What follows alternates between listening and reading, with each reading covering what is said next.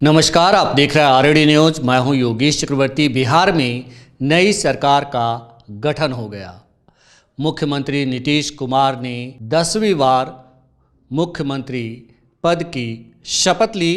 उनके साथ कुल 26 दूसरे मंत्रियों ने भी पद और गोपनीयता की शपथ ली। प्रधानमंत्री नरेंद्र मोदी और गृह मंत्री अमित शाह की मौजूदगी में तमाम नेताओं ने पटना के ऐतिहासिक गांधी मैदान में पद और गोपनीयता की शपथ ली। कहा जा रहा है कि नए मंत्रिमंडल में जातीय संतुलन बनाने की कोशिश की गई है और तमाम जातियों को मंत्रिमंडल में जगह दी गई है। हमारे साथ इस मसले पर चर्चा के लिए वीरेंद्र यादव न्यूज़ के संपादक वीरेंद्र यादव जी हैं, जो जातीय मामलों के विशेषज्ञ भी हैं। तो आइए इनसे समझते हैं कि पूरे मंत्रिमंडल में कितने मंत्री किस जाति के हैं और किस तरह मंत्रिमंडल में नीतीश कुमार ने जातीय संतुलन बनाने की कोशिश की है। वीरेंद्र जी, नई सरकार का गठन हो गया, मुबारक हो आपको। हमको क्या मुबारक हो भाई, सरकार बन गई, सबकी सरकार है, आपकी भी हमारी भी उनकी भी। जी जी जी जी। तो नीतीश जी की सरकार में लगातार उन्होंने 10वीं बार शपथ ली है। उन्होंने जी ब्रेक ब्रेक करके ली है, लेकिन 10वीं शपथ उनकी है। 10वीं शपथ है। तो 10वीं बार उन्होंने पद और गोपनीयता की शपथ ली है बिहार को चलाने के लिए। तो ये बताएं कि किस तरह से जातीय संतुलन को साधा गया है, किस तरह से आप देखते हैं इसे। देखिए, एक तो नीतीश कुमार जी की सफलता का ही है कि 10वीं बार शपथ ले रहे हैं, 20 साल राज कर रहे हैं, लेकिन 20 सरकार में 10 मुख्यमंत्री, 20 साल में 10 मुख्यमंत्री, तो उसको आप ये कह सकते हैं कि नीतीश कुमार की सरकार, एक सरकार का टर्म मात्र औसतन 2 साल रहा, 2 सालिया मुख्यमंत्री हो गए कि हर 2 साल पे सीएम औसतन बदलता रहे हर 2 साल पे। तो ये तो अलग पक्ष है कि भाई हर 2 सालिया मुख्यमंत्री यही है, 5 सालिया मुख्यमंत्री नहीं है, 2 सालिया मुख्यमंत्री है। तो 10 बार ओथ है, 20 साल का टर्म, तो हर साल एक सरकार, एक टर्म में 2 साल लगभग। चलिए, वो तो अलग पता है। दूसरा बात यह है कि आज जो शपथ ग्रहण हुई, शपथ हुआ मंत्रियों का, 26 मंत्री और एक मुख्यमंत्री ने शपथ ली। उसमें 2 डिप्टी सीएम भी है, बी सिन्हा और सम्राट चौधरी। 20 में इस बार जो, हालांकि हर बार समीकरण नीतीश जी कोशिश करते हैं कि हर जाति का, हर वर्ग का, हर जाति समूह का संतुलन हो। इन्हें कुछ अस्थायी हाथ है नीतीश कुमार के, वो सरकार में रहेंगे ही रहेंगे।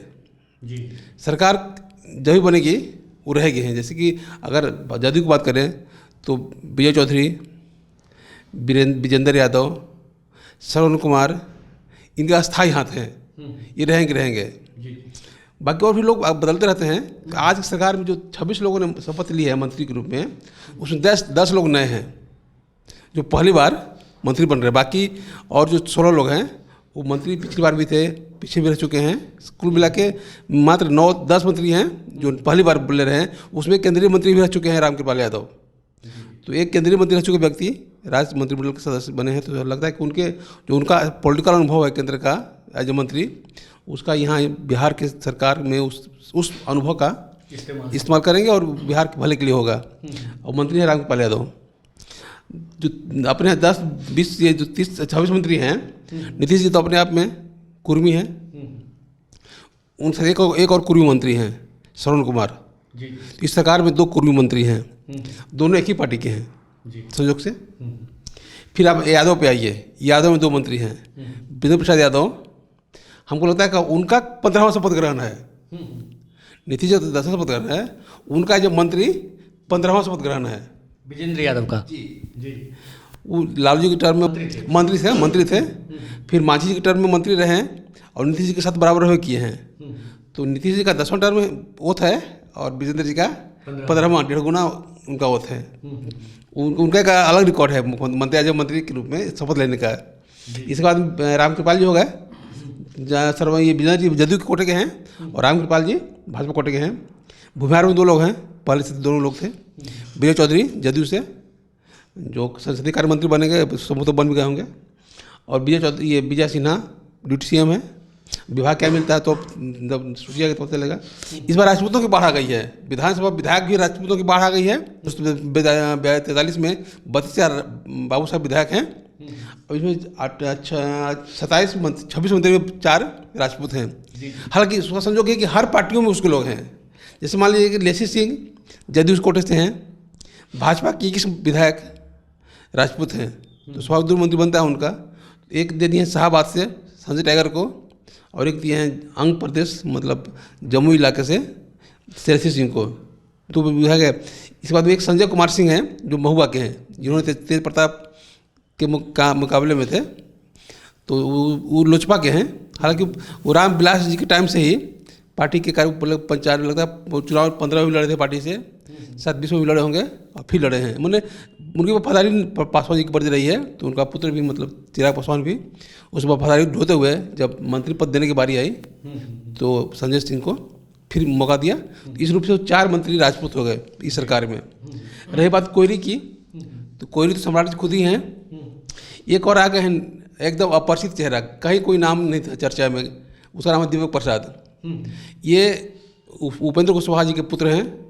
उपेंद्र कुशवाहा जी जो लालू जी के पुत्र के नाम पर परिवारवाद का लंबा ढोल पीटते थे, अब खुद बेटा को पत्नी को एमएलसी बना दिए और बेटा को मंत्री बनवा लिए।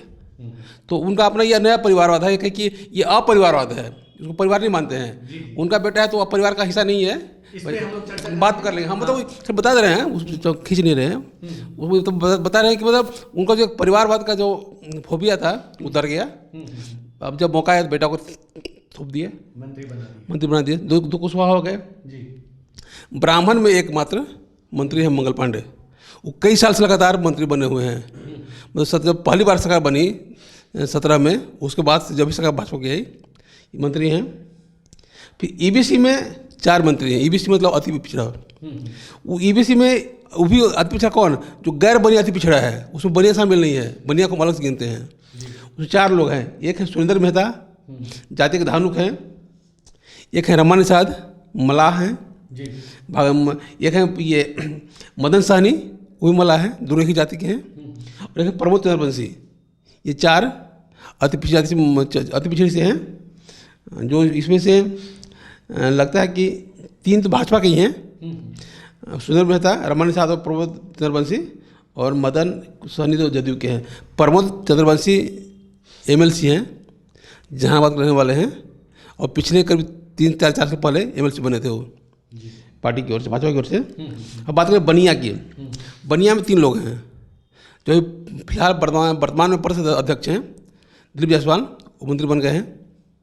एक हैं नारायण प्रसाद, पिछली सरकार मंत्री थे। इस सरकार नहीं, पिछली मतलब जो सरकार बनी थी 20 से 22 के बीच में, उसमें मंत्री थे नारायण प्रसाद, बाद में हट गए थे। और एक है अरुण शंकर प्रसाद। अरुण शंकर प्रसाद जी खजौली के विधायक हैं, ये 3री बार विधायक बने हैं और ये पहली बार मंत्री बन रहे हैं। हालांकि पिछली सरकार में ये सत्ता पक्ष के व्हिप थे।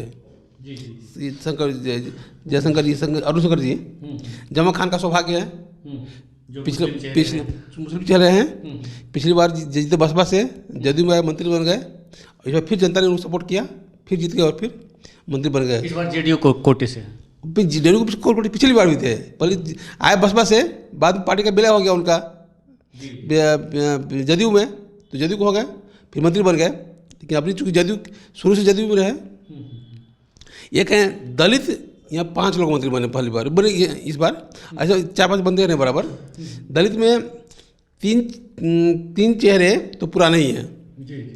अशोक चौधरी जदयू से, सुनील कुमार जदयू से, और संतोष सुमन हमसे। ये तीनों पिछली बार सरकार में मंत्री थे।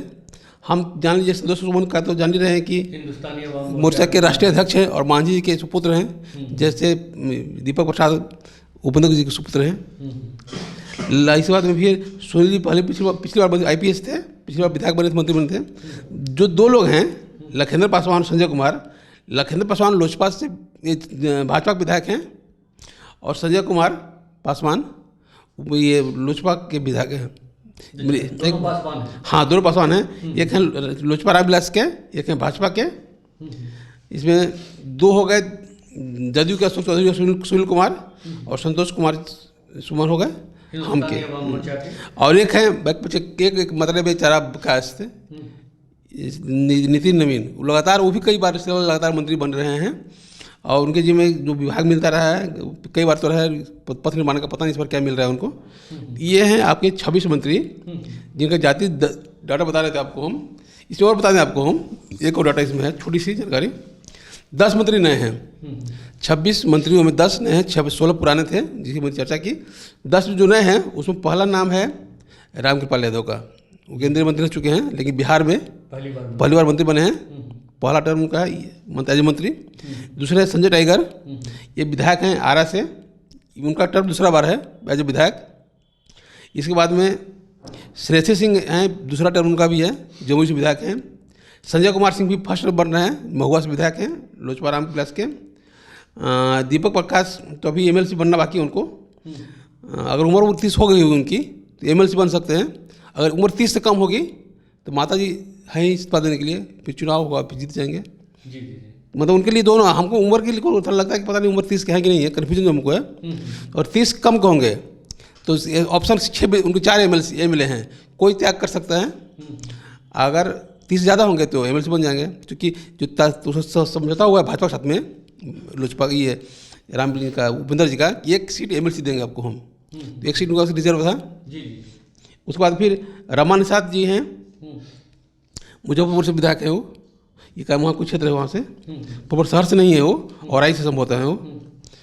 प्रमोद चमरसी जी पहली बारी हो गए, अरुण शंकर जी पहली बारी हो गए, इनका 63, लखेंद्र भी पहली बार हो गए और संजय कुमार पासवान भी पहली बार हो गए। ये 10 विधायक फर्स्ट टर्मर है और बाकी 16 पुराने हो गए और मुख्यमंत्री से तो ही हैं 10वीं बार। जी। तो ये जातीय जो समीकरण बनाया गया है, आप कैसे देखते हैं इसे? क्या ये जातीय समीकरण जो संतुलन होता है, सभी को साधने की कोशिश होती है, वो लगता है कि नीतीश कुमार या एनडीए की सरकार जो नई सरकार आई है उसने सही तरीके से साधा है? हाँ बिल्कुल, देखिए बिहार की पॉलिटिक्स में 4-5 जातियाँ हैं जो राज करती हैं। जैसे जो दलितों में हैं तो दो पासवान हो गए, एक मांझी हो गए, एक पासी हो गए, एक चमार भी हो गए, तो जो प्रमुख जातियाँ हैं सबको जगह मिल गई। अब पिछाबाद ये पिछड़ों में तो कोयरी, कुर्मी, कुशवाहा तीनों दबंग जातियाँ हैं, स्ट्रांगली होल्ड है, संख्या भी उनकी है, पैसा भी, रिसोर्स भी है, उनको भी पूरा मिल गया है। ब्राह्मणों की उपेक्षा हम इस रूप में देखते हैं कि जितनी उनकी हिस्सेदारी है, जनसंख्या उनकी है, सवर्णों से ज़्यादा संख्या ब्राह्मणों की है, जो जाति सर्वे है सबसे ज़्यादा, मतलब राजपूतों और भूमिहारों से कह रहे हैं आप? हाँ जी, और काश्तों से? हाँ, काश्त बहुत हास्य का विषय है जी। उसकी जनसंख्या सबसे ज़्यादा ब्राह्मण जनसंख्या है बाजे, मतलब बिहार की आबादी में, लेकिन उनके एकमात्र मंत्री मंगल पांडे हैं, वो लगातार बन रहे हैं। तो अब उस लिहाज से लगता है कि उनके साथ अन्याय हो रहा है ब्राह्मणों के साथ में, लेकिन राजपूतों को जरूर ज़्यादा दे दिया जा रहा है। उनकी आबादी ब्राह्मणों से कम है, इसके बाद 4 गुना मंत्री बन जाता है उनका। तो कहिए कि ब्राह्मणों का हक सवर्णों के अंदर में राजपूत को मार रहा है। जी। लेकिन ये यहाँ ये भी देखने को मिल रहा है कि बिहार में जो 2 बड़ी आबादी वाली जाति है, यादव और मुसलमान, तो कहीं ना कहीं उनका हक भी मारा जाता हुआ दिख रहा है, क्योंकि 2 यादव मंत्री बनाए गए हैं और उसी तरह से मंत्रिमंडल में मात्र एक मुस्लिम चेहरा हैं।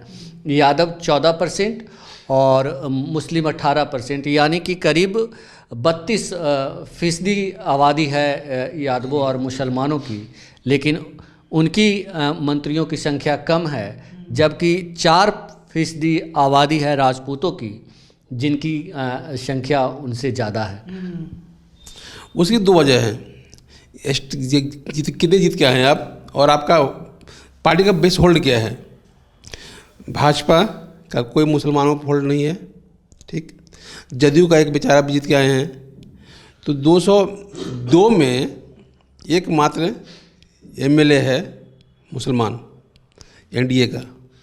तो लगता है कि बनाओ चाहे मत बनाओ, 200 में एक विधायक नहीं, कोई मंत्री का बन करते ही, 201 में 202 में एकमात्र विधायक है, तो भाई छोड़ भाई हाशिए का विषय फेंक दो, लेकिन अब चूंकि आ गया है तो बना भी दो इसको, तो बन गए।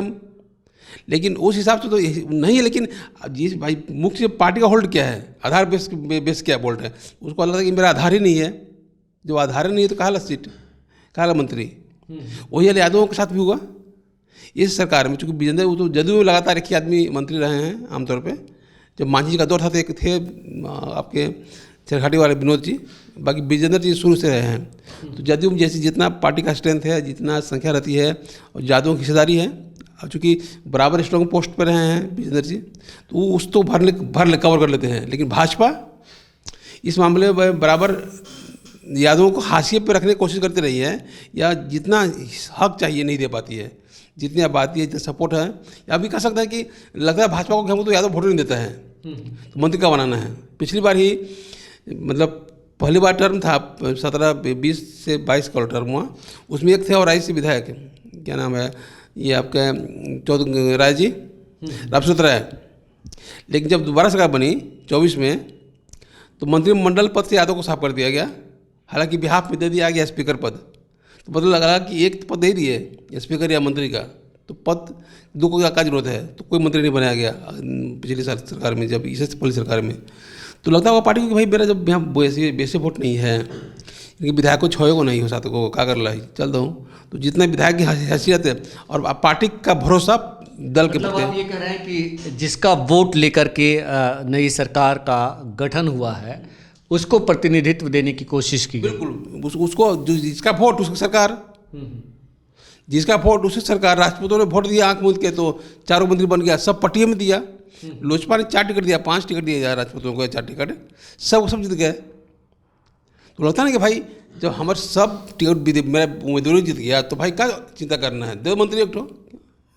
आपने वीरेंद्र जी शुरुआत में कहा कि मुख्यमंत्री नीतीश कुमार 10वीं बार और हर 2 साल के बाद जो है उन्होंने मुख्यमंत्री पद की शपथ ली, और ये ऐतिहासिक है कि कोई एक व्यक्ति बिहार में 10वीं बार मुख्यमंत्री पद की शपथ लिया हो।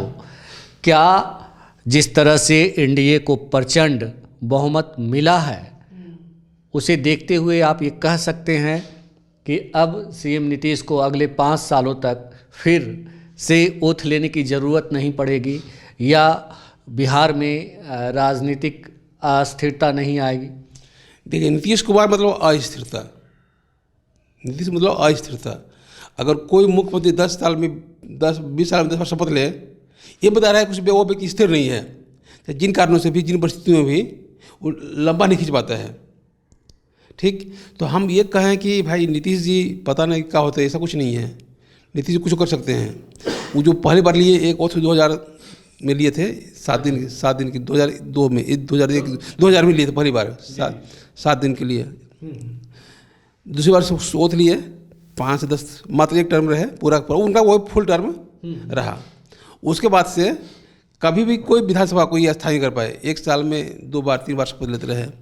तो उस शपथ लेने के आदी हो गए हैं, और शपथ इस्तीफा देने का सिर्फ 2 चीज़ समझ देखिए, मुख्य शपथ नहीं लिया है, सबसे रिकॉर्ड टाइम इस्तीफा दिया व्यक्ति, रिकॉर्ड इस्तीफा देने का भी रिकॉर्ड इनका है जी। 2001 में, इसके बाद में 10 में, चूँकि सरकार बदल गई, 10 में, फिर दिए 14 में, फिर दिए 15 में, फिर दिए 17 में, फिर 22 में, फिर 24 में। मतलब 10 बार ओथ और 9 बार इस्तीफा का अद्भुत रिकॉर्ड है इनके पास में। सिर्फ ओथे का नहीं है, इस्तीफा का भी अद्भुत रिकॉर्ड है। तो आप जो कह रहे हैं कि भाई कितना स्थायी होगा, उनका जो पॉलिटिकल कैरियर है बता रहा है कि इनके पास स्थिरता नाम की चीज़ नहीं है। सीएम नीतीश के पास स्थिरता नाम की चीज़ नहीं है, या लोग जो उनके सहयोगी पार्टियां हैं वो उन्हें स्थिर रहने नहीं देने पर मजबूर करती है। आपको क्या लगता है कि जिस तरह से सीएम नीतीश किसी न किसी कारण बस से बीजेपी का साथ छोड़ते रहे हैं, क्या बीजेपी आज जब बड़े भाई की भूमिका में है, तो आज ऐसी नौबत नहीं आई कि एक बार फिर वो उन्हें बीजेपी का साथ छोड़ना पड़ सकता है? 2013 में ना नीतीश जी लतियाए थे भाजपा को, जदयू लतिया मैंने भाजपा को सरकार से बर्खास्त कर दिया था, तो कौन भाजपा संत है, उसको नहीं धकेलने आता है। जब लगेगा कि भाई अब अनुकूल काम इनका ठीक है, अब इनकी कोई उपयोगिता नहीं, लतिया देगी, धकिया देगी। भाई देखिए, पूरी पॉलिटिक्स आप अवसर का खेल है। एक समय नीतीश जी जदयू को आरजेडी के साथ आते हैं अवसर, एक समय भाजपा जाते हैं, ये भी अवसर। 13 में भाजपा को धकिया के बाहर कर देते, सरकार से निकाल देते हैं, ये भी अवसर। तो राजनीति तो अपने अपने अवसर का खेल है।